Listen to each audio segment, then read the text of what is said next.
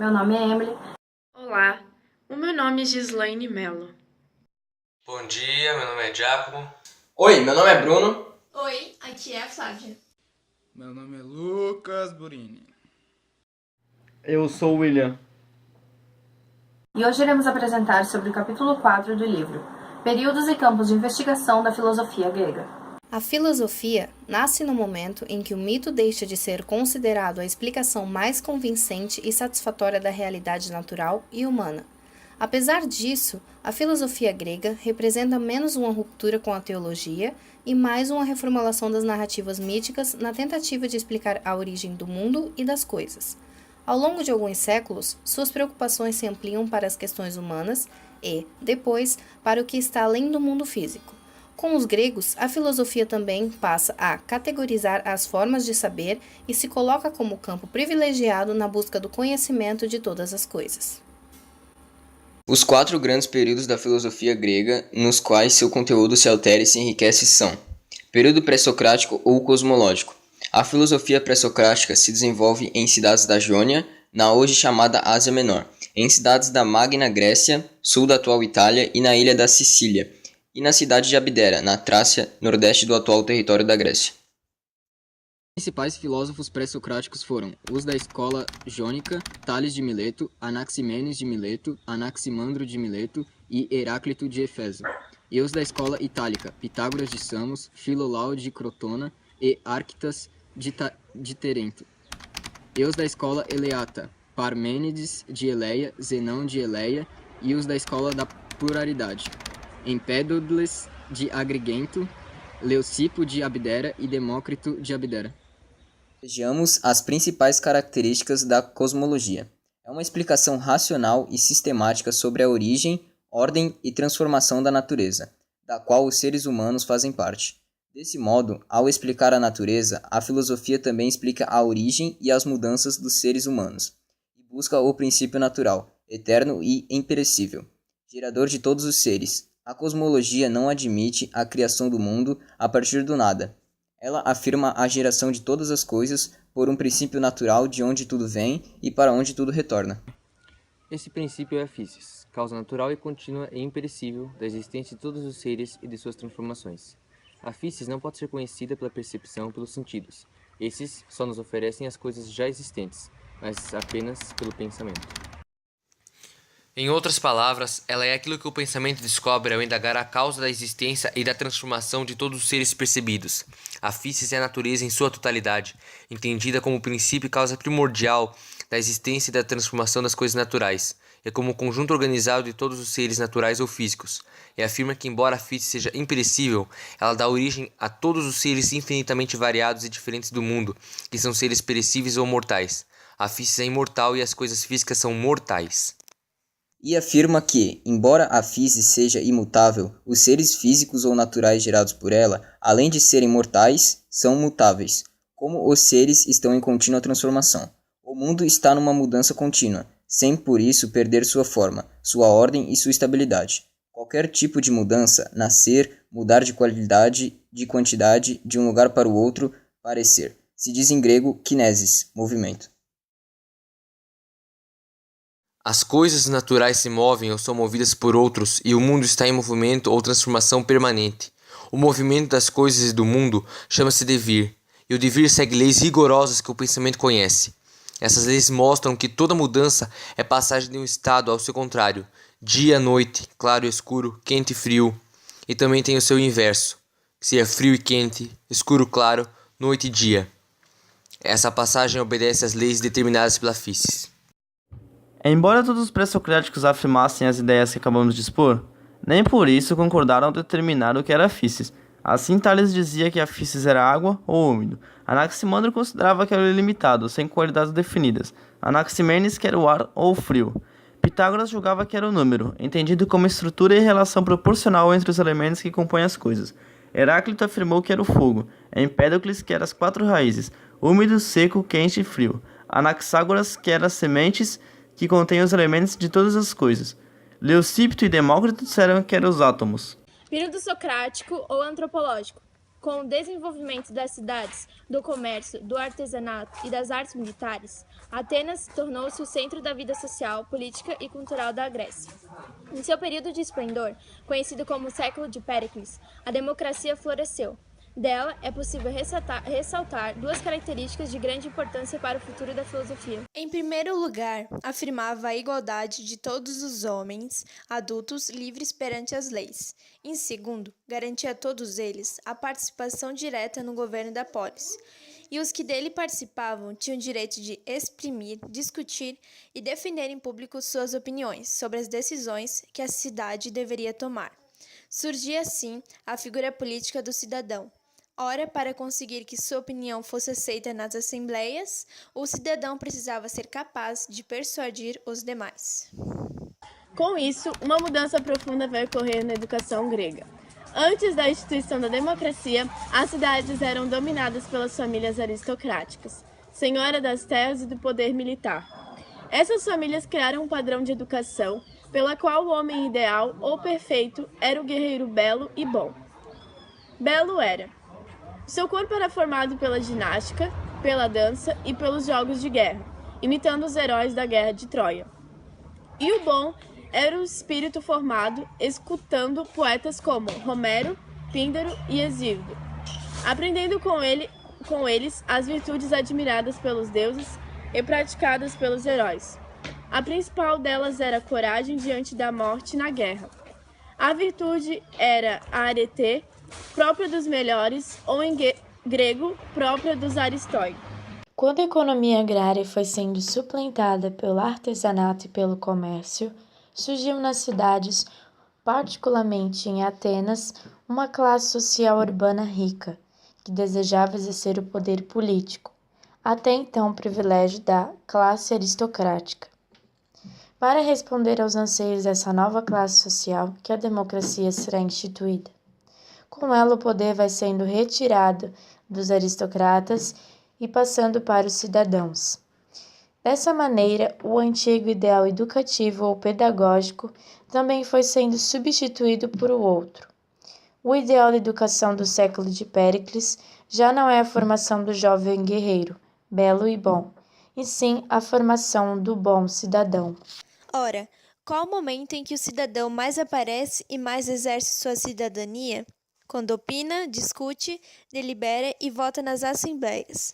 Assim, a nova educação estabelece como padrão ideal a formação do bom orador, isto é, aquele que sabe falar em público e persuadir os outros na política. Para dar aos jovens essa educação, substituindo a educação antiga dos poetas, surgiram na Grécia os sofistas, os primeiros filósofos do período socrático. Os sofistas mais importantes são Pitágoras de Abdera, Diógenes de Leontine e Isócrates de Atenas. Que diziam e faziam os sofistas? Diziam que os ensinamentos dos filósofos cosmológicos estavam repletos de erros e contradições e que não tinham utilidade para a vida da polis. Apresentavam-se como os mestres de oratória ou de retórica, afirmando ser possível ensinar aos jovens essa arte para que fossem bons cidadãos. Que arte era essa? A arte da persuasão. Os sofistas ensinavam técnicas de persuasão aos jovens, que aprendiam a defender a posição ou opinião, depois a oposição ou opinião contrária, de modo que numa assembleia pudessem ter fortes argumentos a favor ou contra de uma opinião e ganhassem a discussão. Sócrates rebelou-se contra os sofistas, dizendo que eles não eram filósofos, pois não tinham amor pela sabedoria, nem respeito pela verdade, defendendo qualquer ideia, se isso fosse vantajoso. Corrompiam o espírito dos jovens, pois faziam o erro e a mentira valerem tanto quanto a verdade.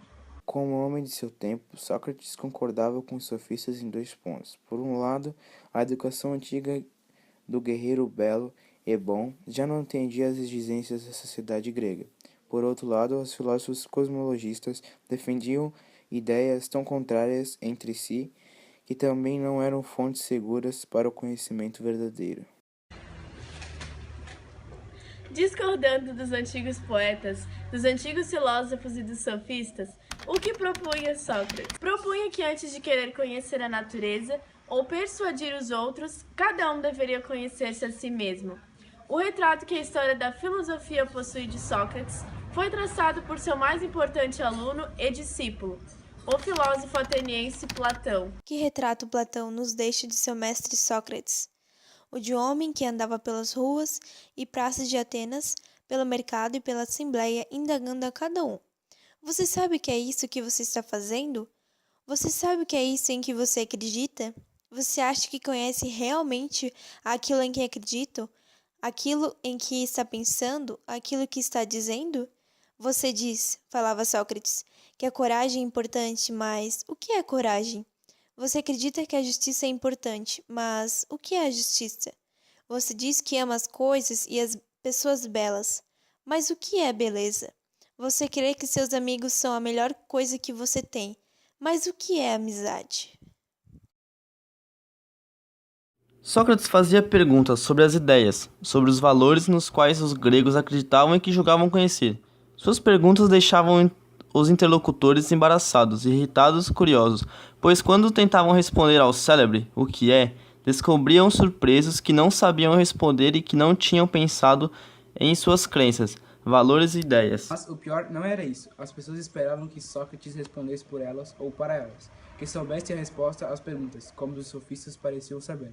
Mas Sócrates, para o desconcerto geral, dizia: eu também não sei, por isso estou perguntando. Da onde a famosa expressão atribuída a ele: só sei que nada sei.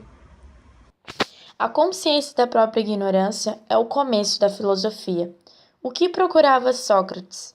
A definição daquilo que uma coisa, uma ideia ou um valor são verdadeiramente. Aquilo que uma coisa, uma ideia, um valor são realmente em si mesmos chama-se essência. Como a essência não é dada pela percepção sensorial, pelo que os sentidos nos trazem, e sim pelo trabalho do pensamento, procurá-la é procurar o que o pensamento conhece da realidade e da verdade de uma coisa, de uma ideia, de um valor. Isso que o pensamento conhece da essência chama-se conceito. Sócrates procurava o conceito, e não a mera opinião que temos de nós mesmos, das coisas, das ideias e dos valores. Qual a diferença entre uma opinião e um conceito? A opinião varia de pessoa para pessoa, de lugar para lugar, de época para época. É instável, mutável, depende de cada um. O conceito, ao contrário, é uma verdade intemporal, universal e necessária que o pensamento descobre, pois mostra que é a essência universal, intemporal e necessária de alguma coisa. Por isso, Sócrates não perguntava se uma coisa era bela, pois nossa opinião sobre ela pode variar. E sim, o que é beleza? Qual é a essência ou conceito do belo, do justo, do amor e da amizade? Sócrates perguntava: que razões rigorosas você possui para dizer o que diz e para pensar o que pensa? Qual é o fundamento racional daquilo que você fala e pensa? Ora, as perguntas de Sócrates referiam-se às ideias, valores, práticas e comportamentos que os atenienses julgavam certos e verdadeiros em si mesmos e por si mesmos. Sabemos que os poderosos têm medo do pensamento, pois o poder é mais forte sem ninguém pensar. Sem pensar, todos aceitam as coisas como elas são, ou melhor, como nos dizem e nos fazem acreditar que são. Para os poderosos de Atenas, Sócrates torna-se um perigo, pois fazia a juventude pensar. Por isso, eles o acusaram de desrespeitar os deuses, corromper os jovens e violar as leis. Levando à assembleia, Sócrates não se defendeu e foi condenado a tomar o veneno a cicuta. Por que Sócrates não se defendeu? Por quê? Dizia ele. Se eu me defender, estarei aceitando as acusações e eu não as aceito. Se eu me defender, o que os juízes vão exigir de mim? Que eu pare de filosofar, mas eu prefiro a morte a ter de renunciar à filosofia. Sócrates nunca escreveu. O que sabemos de seu pensamento encontra-se nas obras de seus vários discípulos, e Platão foi o mais importante deles. Se reunirmos o que esse filósofo escreveu sobre os sofistas e sobre Sócrates, além da exposição de suas próprias ideias, poderemos encontrar algumas características gerais do período socrático.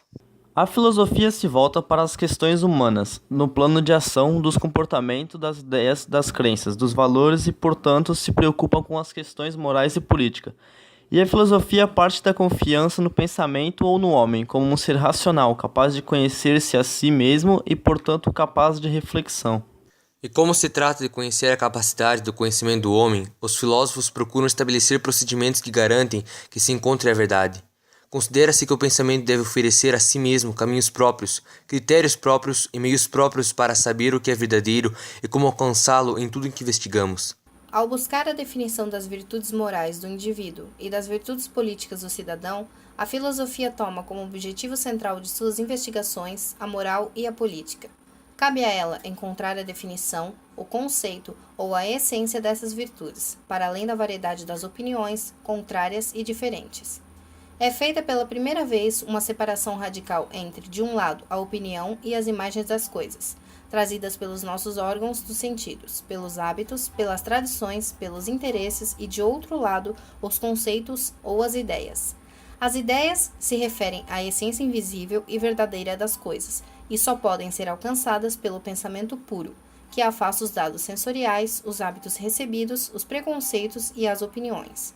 E a reflexão e o trabalho do pensamento são tomados como uma purificação intelectual, que permite ao espírito humano conhecer a verdade invisível, imutável, universal e necessária. E Sócrates e Platão se diferenciam dos sofistas porque não aceitam a validade das opiniões e das percepções sensoriais, vistas como fonte de erro, mentira e falsidade, e repudiam que elas sejam usadas para produzir argumentos de persuasão.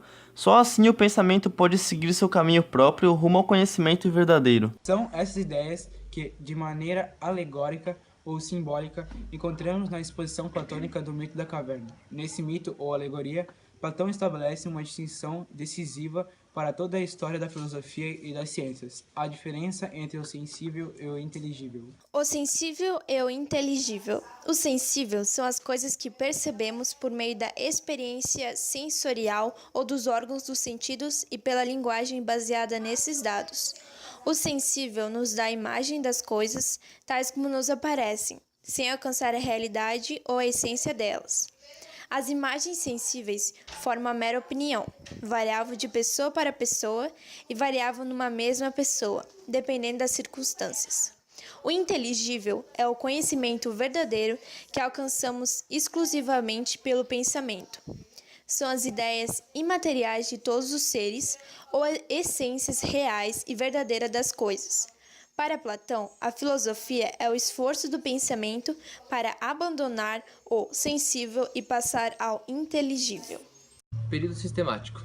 Este período tem como principal nome o filósofo Aristóteles de Estagira, discípulo de Platão.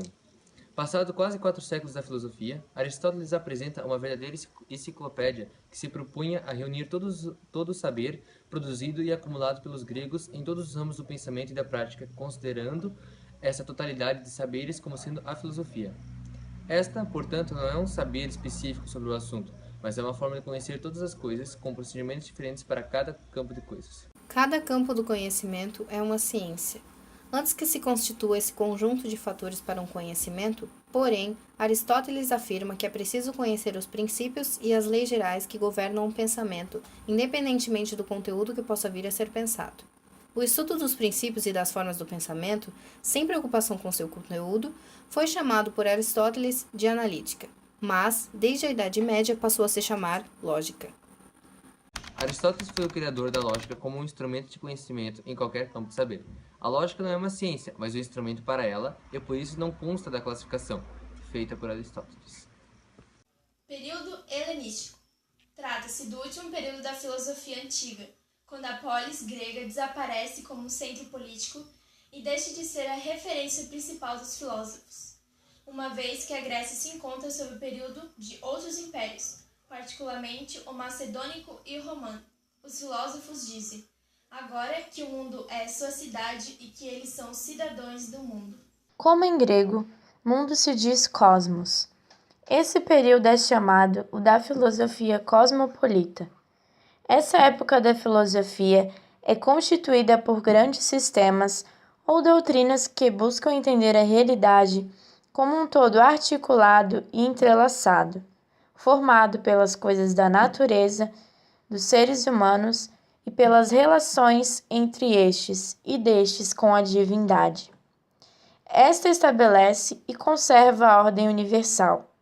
Predominam preocupações com a física, a ética e a teologia. Datam desse período 4 grandes sistemas que influenciaram o pensamento cristão em formação nessa época.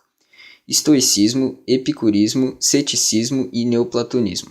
A amplidão do Império Romano, a presença crescente de religiões orientais no Império, as relações comerciais e culturais entre Ocidente e Oriente fizeram aumentar os contatos dos filósofos helenistas com sabedoria oriental.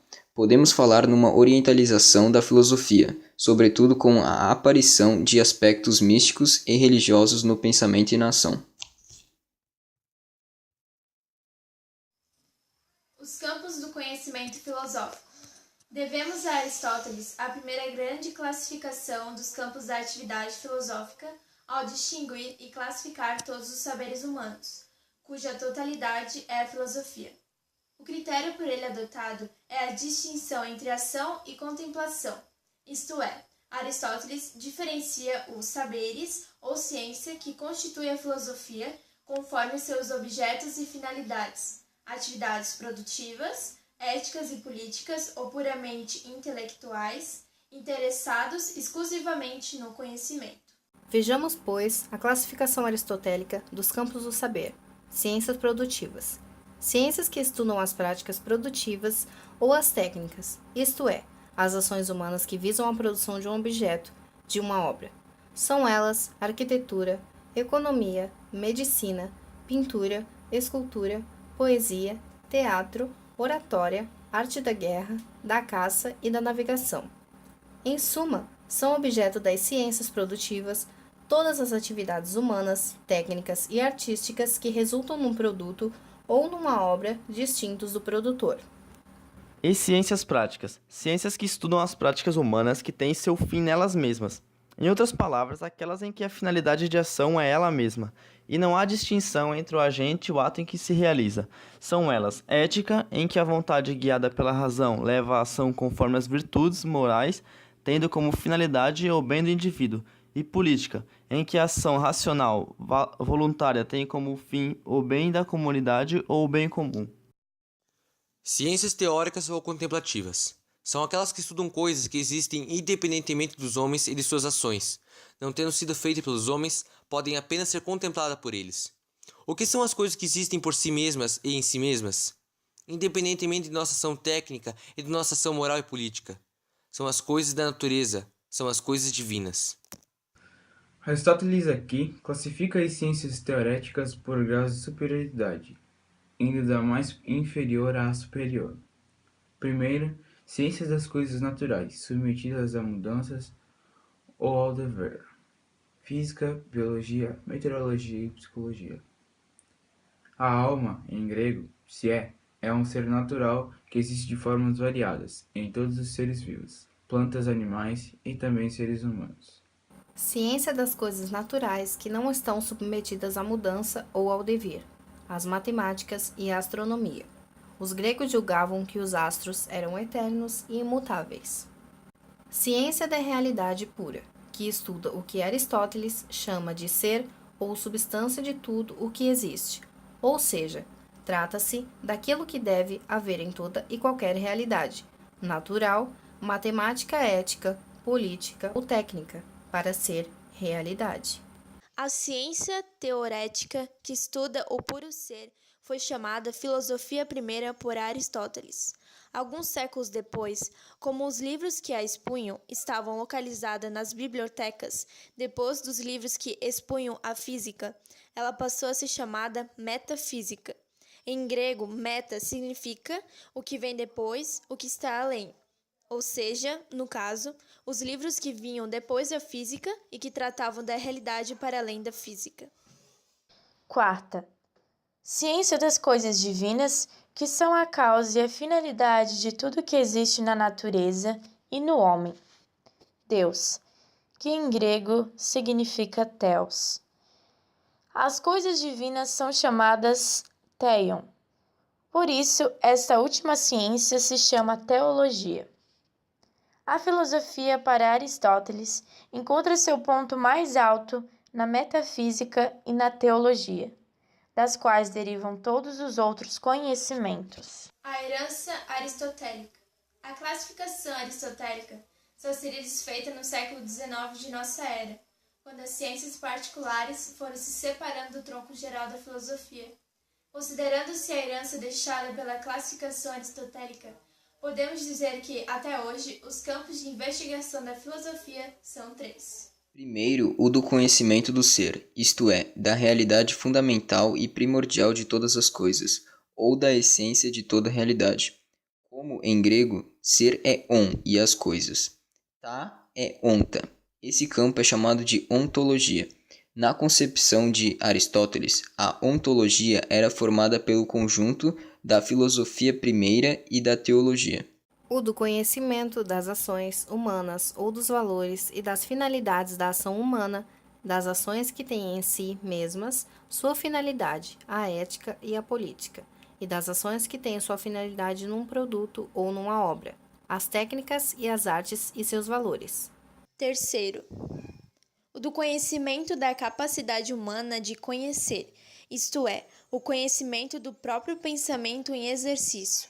Nesse campo estão a lógica, que oferece as leis gerais do pensamento, a teoria do conhecimento, que oferece os procedimentos pelos quais conhecemos, as ciências propriamente ditas, e o conhecimento do conhecimento científico, isto é, a teoria das ciências ou epistemologia, que estuda e avalia os procedimentos empregados pelas diferentes ciências para definir e conhecer seus objetos.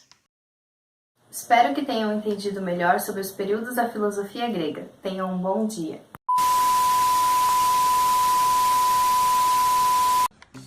Tá pronto, vai, bora. Ação. Tá, deixa que eu vou gravar. Câmera, luz, ação. Tá. Período pré-socrático ou cosmológico. Entendido com a estrutura e relação proporcional entre os elementos que compõem... Caralho! Das cidades, do comércio, do... vou começar. Você Já desenvolve errou, já é cidades. ou, não e. Vai. Onde? É período pré-socrático ou cosmológico. Vai. Cara, não vai dar pra gravar, eles não param de zoar. A filosofia pré-socrática se desenvolve... Pode continuar no meio do poder militar. Essas famílias criaram um padrão de educação. Ô, sério, senão a gente não vai sair daqui. Um, dois, três. Embora todos os pré-socráticos afirmassem as ideias que acabamos de expor, nem por isso concordaram ao determinar o que era físis. Assim, Tales dizia que a físis era água, ou úmido. Anaximandro considerava que era o ilimitado, sem qualidades definidas. Mas é um retardado, mano. Parece um Titan vindo com medo com a cabeça. Vai, ô, as famílias criaram um padrão. Ai. Pode ir. Vai. Nossa. Sócrates rebelou-se contra os sofistas, sendo que eles não Tá parecendo muito que tu tá lendo. Pode ir. Período pré-socrático ou cosmológico. A filosofia pré-socrática se desenvolve em cidades da Jônia, na hoje chamada Ásia Menor, em cidades... Aristóteles. foi O criador. Da lógica. como um instrumento de conhecimento. É que não tem Eu como. Senhora da Terra. Cara, é pra vocês continuarem normal, se você tivesse alguém de uma coisa sobrenatural no vídeo. A virtude era a arete, própria dos melhores, ou em grego, própria dos aristões. Deu uma sorte que deu uma gaguejada. Apoio 6 pão com frango por pessoa. Olha assim, ó.